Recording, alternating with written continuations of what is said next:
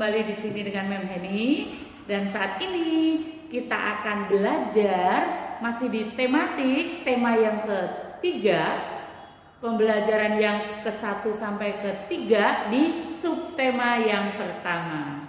Ya, jadi anak-anakku, untuk saat ini kita masih tetap belajar di tematik ya, dan biasakan sebelum kalian belajar, kalian harus berdoa terlebih dahulu supaya semua kita diberikan kesehatan pada saat ini sehingga kita bisa belajar bersama. Oke, sudah siap untuk belajar?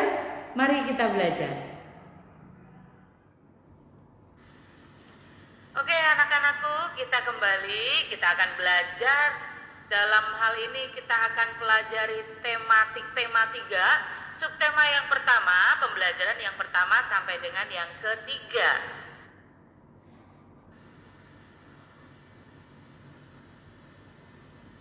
Ya, di sini kita akan berbicara tentang listrik. Nah, listrik membuat kehidupan manusia itu menjadi lebih mudah.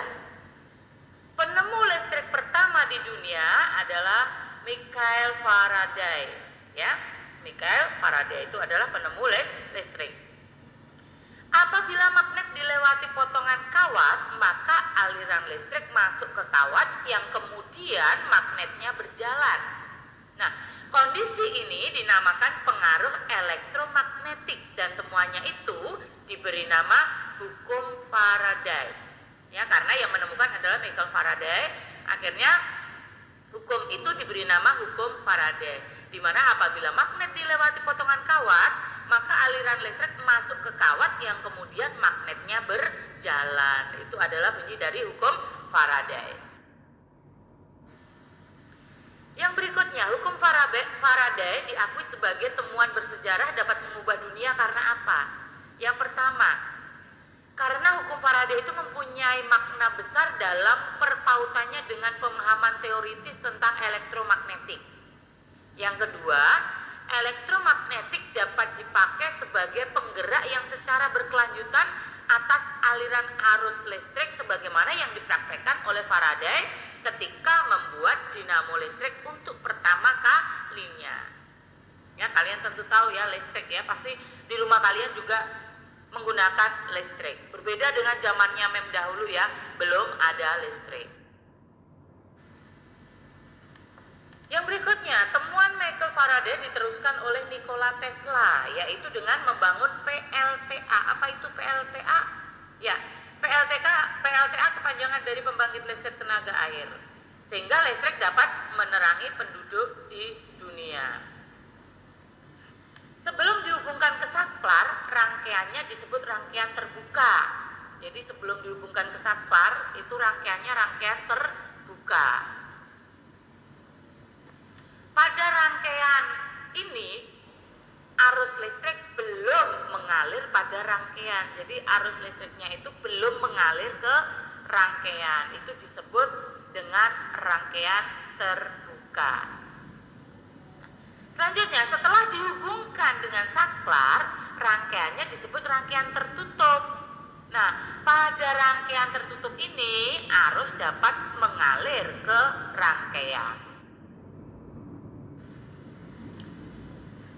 Kita lanjutkan, rangkaian listrik ada dua macam, yaitu apa? Ya, seri dan paralel. Ya, rangkaian seri dan rangkaian paralel. Nah, apa yang disebut dengan rangkaian seri? Rangkaian seri itu jika dua alat listrik atau lebih itu dialiri arus listrik tanpa mengalami percabangan. Jadi tidak ada cabang, namanya seri, lurus terus ya. Kalian bisa lihat gambar. Ya. Rangkaian seri seperti itu gambarnya. Ya. Yang kedua yaitu rangkaian paralel. Apa itu rangkaian paralel?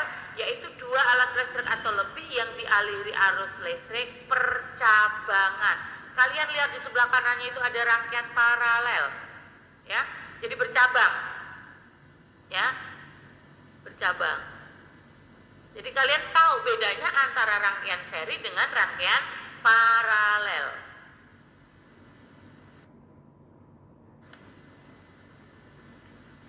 Oke, kita lanjutkan. Pada zaman dahulu manusia hanya memanfaatkan benda-benda yang ada di lingkungan sekitar. Mengapa?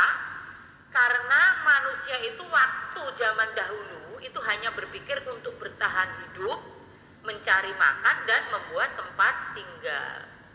Sehingga kehadiran listrik itu membawa perubahan bagi kehidupan di bidang sosial budaya masyarakat. Nah, sekarang contoh perubahan bentuk dengan adanya listrik itu apa saja? Contoh yang pertama, sebelum ada listrik itu memasak nasi menggunakan apa? Ya betul, menggunakan panci yang dimasak di atas kompor ya, yang dimasak di atas kompor ya. Tentunya kompornya ada apinya ya, sehingga menimbulkan panas. Tetapi sesudah ada listrik, kebanyakan kita memasak nasi menggunakan apa? Iya betul sekali, menggunakan magicom karena sudah ada listrik. Nah itu adalah contoh perubahan zaman sebelum ada listrik dan sesudah ada listrik. Sekarang kita lanjutkan tentang pemanfaatan listrik. Itu apa saja listrik itu? Yang pertama, listrik sebagai sumber energi. Bagi sumber energi contohnya televisi, radio itu menggunakan sumber energi listrik. Dan menghasilkan apa? Kalau TV itu menghasilkan suara, menghasilkan gambar ya, dan juga ada cahayanya. Yang kedua, sebagai penghasil panas. Contohnya apa? Setrika listrik ya, setrika listrik kalau dicolokin ke stop kontak terus dipakai menggosok ya, itu pasti menimbulkan panas. Terus solder, tahu solder? Ya, solder juga sebagai penghasil panas. Magicom pun juga ya, makanya kita memasak nasi menggunakan magicom karena dia menghasilkan panas. Yang ketiga, manfaat yang ketiga yaitu sebagai penghasil gerak. Contohnya apa? Contohnya kipas angin ya. Kipas angin begitu dicolokkan langsung dia muter. Yang keempat sebagai penerangan. Nah, sebagai penerangan contohnya apa? Lampu ya, lampu itu sebagai penerangan.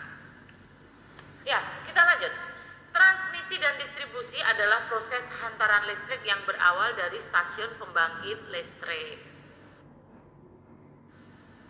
Ya, kita lanjutkan. Energi listrik dibangkitkan dengan memanfaatkan beragam sumber daya alam seperti apa? Seperti aliran air sungai, aliran air terjun, panas bumi, angin, dan juga gas alam. Nah, energi listrik sendiri itu dinaikkan tegangannya oleh transformator. Energi listrik disalurkan melalui sutet. Sutet itu kepanjangan dari saluran udara tegangan ekstra tinggi. Nah, dialirkannya kemana? Dialirkannya ke gardu induk. Nah, kalian bisa lihat gambar di bawah ini adalah gambar sutet ya, saluran udara tegangan ekstra tinggi. Jadi di situ tidak semua orang boleh masuk ya, karena memang di situ adalah tempat yang berbahaya bagi kita kalau yang tidak mengerti tentang aliran listrik. Ya, dari listrik kita beralih ke hak. Hak adalah sesuatu yang harus kita terima. Berarti kita berbicara dalam pelajaran PPKN ya.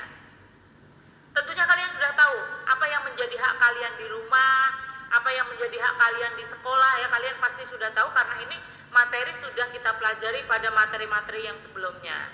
Ya, tapi diulang lagi di sini tidak apa-apa. Hak adalah segala sesuatu yang harus kita terima. Hak di rumah antara lain, contohnya, yang pertama mendapatkan kasih sayang dari orang tua, yang kedua mendapatkan makanan dan minuman, yang ketiga mendapatkan perlindungan dan keamanan, yang keempat mendapatkan bimbingan saat belajar di rumah, yang kelima mendapatkan kesejahteraan hidup. Itu adalah contoh-contoh hak di rumah. Nah, sekarang contoh hak di sekolah apa? Ya, contoh hak di sekolah antara lain yang pertama mendapatkan materi pelajaran atau menerima ilmu. Yang kedua menanyakan pelajaran yang tidak dimengerti. Yang ketiga menggunakan fasilitas sekolah. Yang keempat mendapatkan banyak teman. Itu adalah contoh hak di sekolah. Nah, sekarang hak di masyarakat itu antara lain apa saja? Yang pertama, hak untuk menyampaikan pendapat. Yang kedua, hak untuk bersosialisasi dengan warga masyarakat. Yang ketiga, hak untuk memperoleh keamanan dari aparat keamanan. Nah, itu tadi adalah contoh-contoh hak, baik itu di rumah, di sekolah, maupun di masyarakat. Ya. Tadi dari berbicara tentang listrik, berbicara tentang hak kita, dan sekarang kita akan berpindah lagi ke bahasa Indonesia, di mana kita akan mempelajari tentang teks eksplanasi. Ini sebetulnya juga sudah dibahas di materi-materi yang sebelumnya, jadi kita tinggal mengulang saja ya. Apa itu teks eksplanasi? Teks eksplanasi adalah teks yang dibuat untuk menjelaskan proses terjadinya suatu peristiwa secara ilmiah. Nah, ciri-cirinya apa? Ciri-cirinya yang pertama yaitu memuat informasi berdasarkan fakta atau berdasarkan kenyataan. Yang kedua, strukturnya itu terdiri atas pernyataan umum, deretan penjelasan atau eksplanasi, interpretasi. Nah, itu strukturnya. Jadi strukturnya itu ada 3 ya, berupa pernyataan umum, deretan penjelasan atau eksplanasi. Maksudnya itu dari inti penjelasan yang disampaikan ya. Terus yang ketiga yaitu interpretasi, yaitu berisi pandangan atau simpulan penulis yang bersifat opsional. Itu tadi strukturnya ya, struktur dari teks eksplanasi.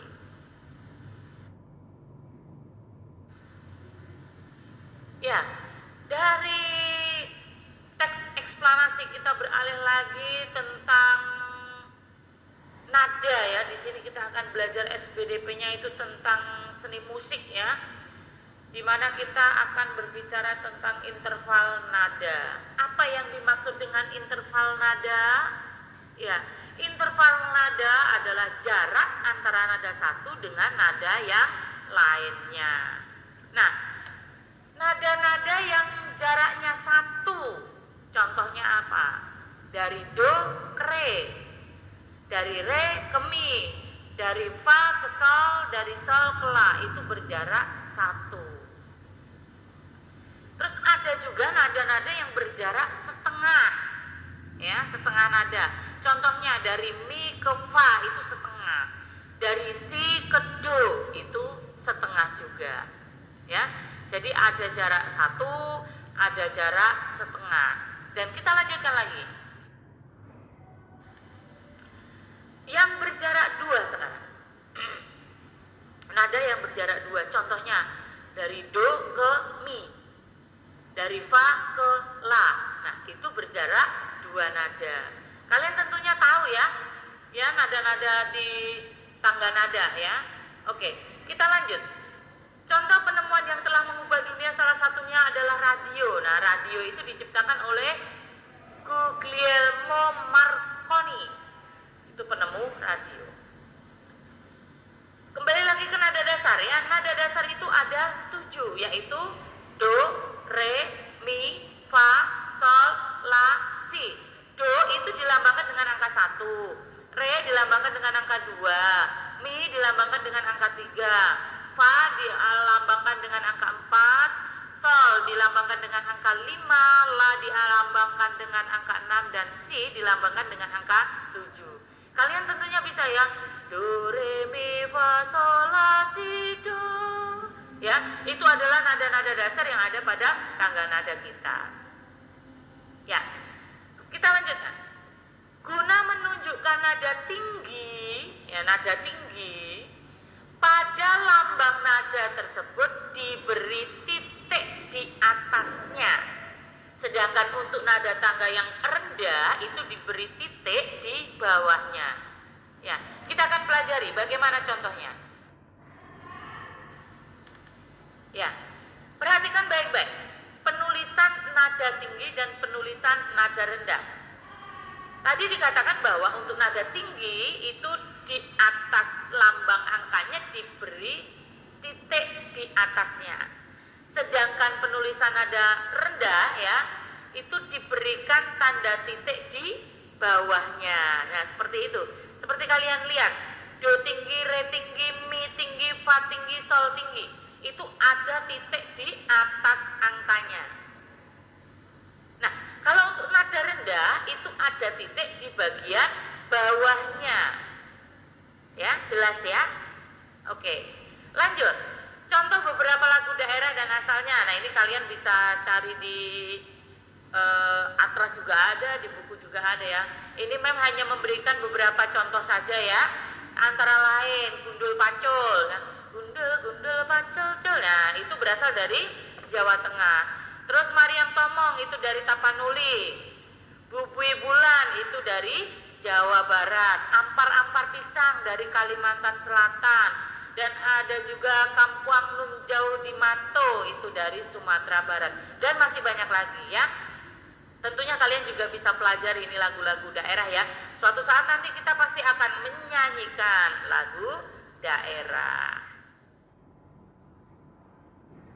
Nah, itu tadi anak-anakku, kita sudah pelajari tema 3, subtema yang pertama di pembelajaran yang pertama sampai dengan ketiga.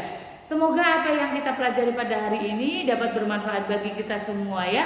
Dan tetap semangat untuk kalian semua dan jaga kesehatan selalu supaya kita bisa tetap bersama lagi ya. Dan sampai ketemu di materi yang selanjutnya. Bye bye.